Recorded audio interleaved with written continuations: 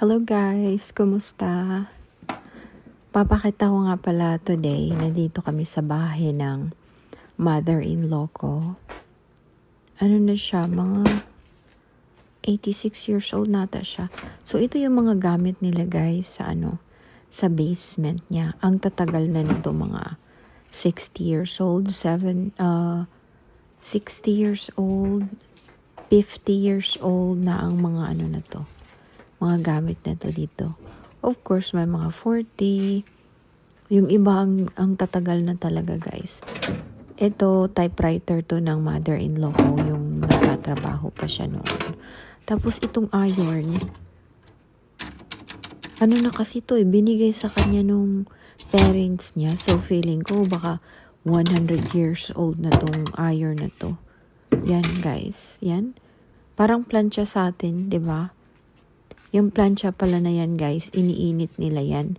Hindi kagaya ng plancha natin na nilalagyan natin ng uling sa loob. Yung bang mga lumang plancha. Meron kasi ako nun. Itinago ko lang siya sa lola ko pa yun galing. So parang collection ko na yun nasa Pilipinas. Tapos yung mga vinyl records nila, ayan, itatapon na siya.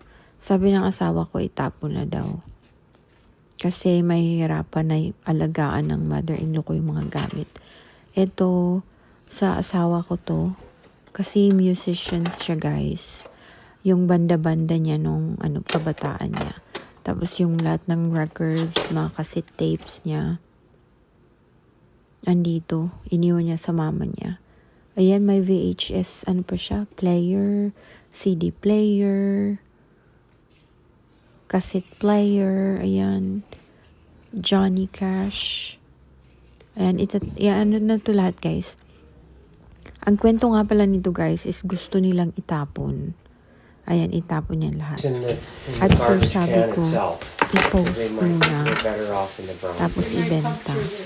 Pero ayaw naman nila. So sabi ko, i-donate na lang. Sa Goodwill. Kaya napapayag ko naman sila guys. Lahat na i-donate sa Goodwill itong pinakita ko sa inyo. At ito yung pinakamaganda guys, itong round table na tinatawag nila, which is, ang tawag nito is, para ba yung gramophone, pero ito is, na siya, electric na siya. So, anong tawag nito is, siya, record player. Ayan guys. Ito 50 years old na to guys ha. Tapos nagpi-play talaga siya kaso walang speaker na naka-attach sa kanya. So di niyo siya marinig. Pero dinig na dinig ko siya, napaka quiet lang niya kasi wala ngang speaker. Dapat may speaker to eh. So yun ang pinaka-cool talaga guys na nakita ko. Aside ng typewriter at saka yung iron. Tapos syempre marami silang mga CDs, yung vinyl record. Ayun, pumayag naman yung mother-in-law. Kasi ang dami talagang basement pa lang yun na. Paano na yung nasa main at saka second floor, ang daming gamit niya. Kaya tinulungan namin siyang maglinis. Oh my God.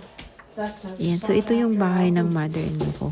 Pumupunta lang kami dito once a week para bisitahin siya. We should try and At kung post gusto it naman niya, before we throw bumibisita them. naman siya sa bahay namin. Anytime siya nakakabisita pag gusto niyang bumisita. The witch doctor. Oh no, Ayan, purple piniplay people namin here. siya guys. Pinag-uusapan namin. Ito yan. Ayan, ang ganda niya guys. Ayan, kasi hindi ka na makakakita nito ngayon. Unless yung mga collector na lang ang merong ganito. Ang ganda niya. So, yung mga collector, makakaano nito is maganda talaga siya guys.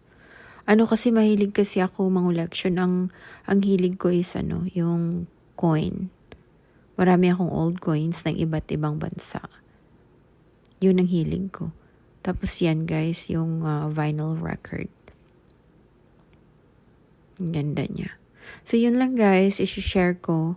Na-busy na naman ako sa work. Ayan, kaya paminsan-minsan na naman mag-upload. Yan, thanks for watching guys. Ang ganda niya, oh. So yan lang naman guys ang share ko. Kumusta naman kayo dyan? Bye.